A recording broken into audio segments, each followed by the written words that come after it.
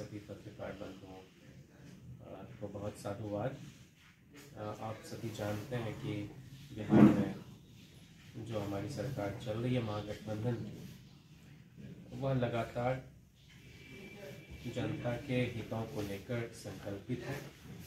मुख्यमंत्री तेजस्वी जी ने चुनाव के दौरान किए थे, उसको एक एक करके मुख्यमंत्री नीतीश जी के नेतृत्व में हम लोग पूरा कर रहे हैं। दुनिया के किसी भी देश के किसी भी सूबे में साल भर के अंदर 4 लाख पक्की सरकारी नौकरी शायद ही कहीं दी गई है, और जो 4,40,000 शिक्षक थे उन्हें विशिष्ट शिक्षक नियमावली के तहत राज्यकर्मी का दर्जा देने का फैसला भी सरकार ने किया।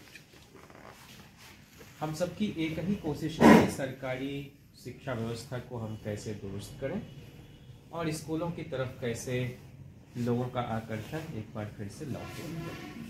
बहुत पहले 1994 में 25,000 शिक्षकों की बहाली लालू प्रसाद जी ने बीपीएससी के जरिए की थी। अब तक अधिकांश स्कूलों में जो 1-2 शिक्षक भी बच गए थे कहीं कहीं उस लौट के, उनके जरिए ही विद्यालय सुचारू रूप से चल पा रहे। इस बार जो बड़ी तादाद में बहाली हुई है और हर साल नियमित रूप से उसकी बहाली होगी, उससे निश्चित रूप से बच्चों का भविष्य संवर सकेगा। दूसरा कि हम नई पर्यटन नीति के तहत भी जो भी बिहार के अंदर पुराने सांस्कृतिक केंद्र हैं उन सबको संवारने के काम में तेजस्वी जी जुटे हैं। एक महत्वपूर्ण बात यह कि हम लोगों की सरकार के दौरान आरंभ में जो सामाजिक न्याय की सरकार बनी थी 90 में मोहतरम लालू प्रसाद जी के नेतृत्व में, 15 अगस्त 1947 से लेकर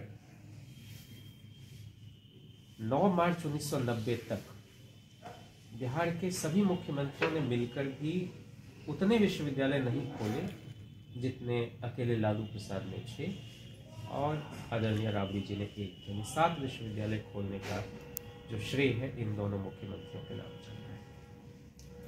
और बिना संस्थानों के निर्माण के राष्ट्र निर्माण की बात करना बिल्कुल ही बेमानी है।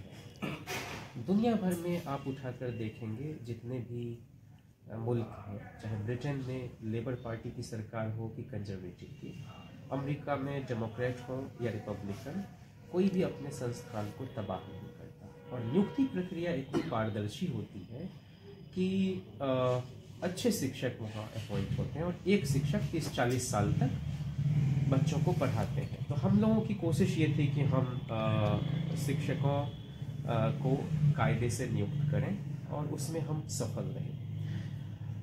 एक और बात आप साथियों से साझा करना चाहता हूँ कि राबड़ी जी ने हर कमिश्नरी में पिछड़े अति पिछड़े वर्ग की लड़कियों के लिए आवासीय विद्यालय हर कमिश्नरी में खोलने का काम किया। अभी जो नीतीश जी के नेतृत्व वाली सरकार चल रही है, पिछली बार भी महागठबंधन सरकार में पिछड़ा अति पिछड़ा वर्ग कल्याण मंत्री तेजस्वी जी थे, इस बार अनीता चौधरी जी के पास वह मंत्रालय है।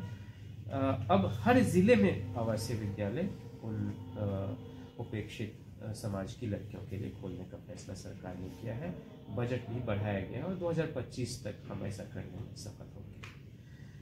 खिलाड़ियों के लिए एक अलग खेल मंत्रालय के गठन को स्वीकृति मिली है, लेकिन उसके पहले सरकार ने जो भी खिलाड़ी मेडल जीत के आते हैं उनको सरकारी नौकरी देने का भी फैसला किया है। ये कुछ फैसले तो ऐसे हैं जो आप सब पहले से ही अवगत हैं, और हम लोगों ने एक वायदा यह भी किया था कि हम पंचायत प्रतिनिधि जो हैं उनके मानदेय में भी बढ़ोतरी करें। तो पंच हो, सरपंच हो, वार्ड कमिश्नर हो, मुखिया हो, इन सभी लोगों के मानदेय में बढ़ोतरी सरकार ने की है।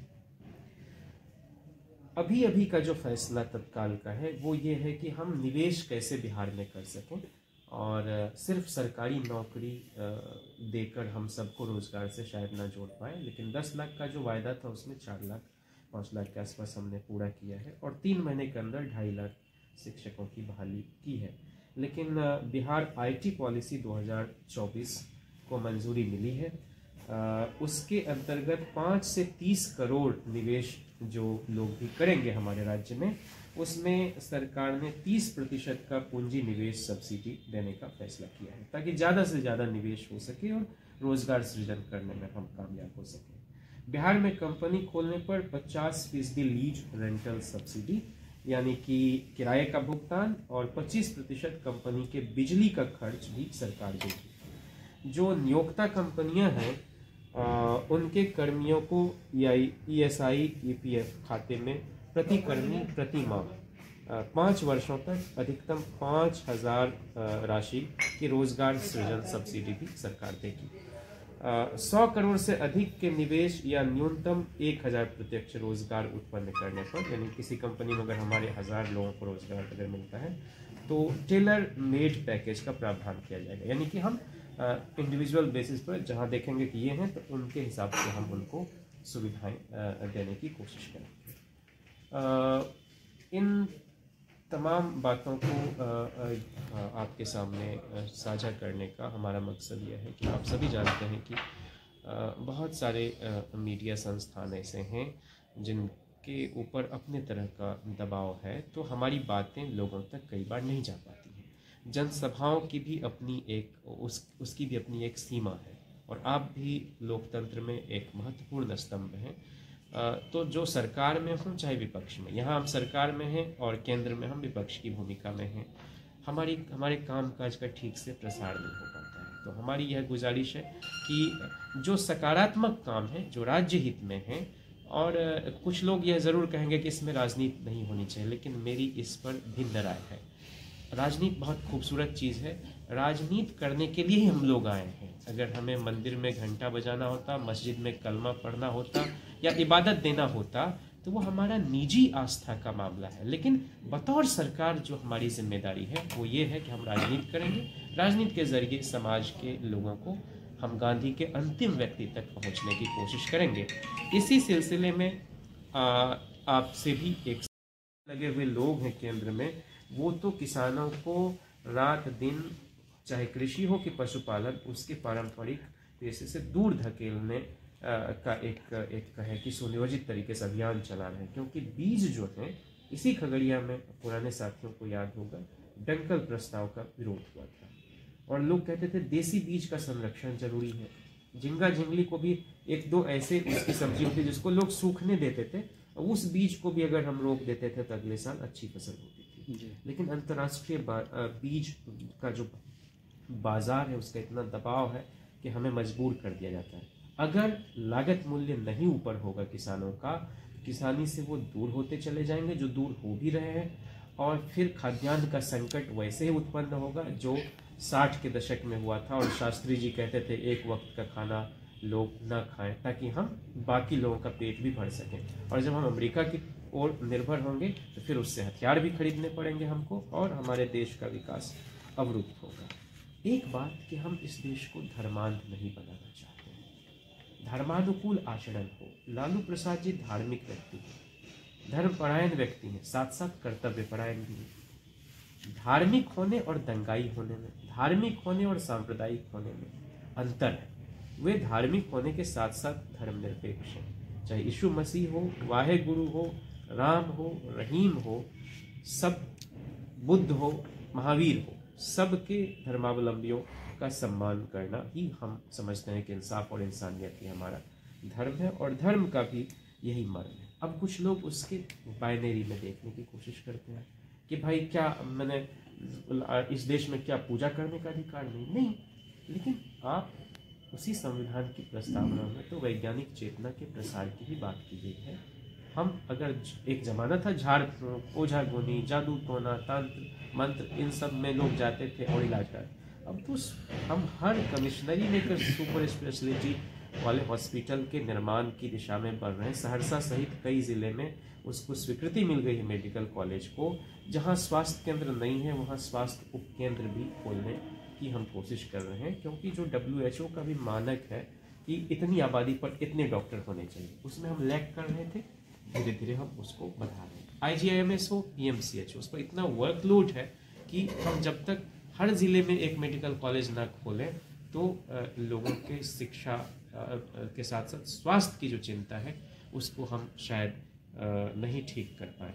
तो इसलिए ये कुछ बातें मुझे आपसे साझा करनी थी और यह भी कहना था कि हम बार बार लोगों के बीच इस बात को ले जाने की कोशिश कर रहे हैं कि आस्था का भी सम्मान है, लेकिन जो ज़रूरी मुद्दे आपके जीवन से जुड़े हुए हैं, आज भी रोटी, कपड़ा और मकान ही इस देश की बहुतायत आबादी की ज़रूरत है।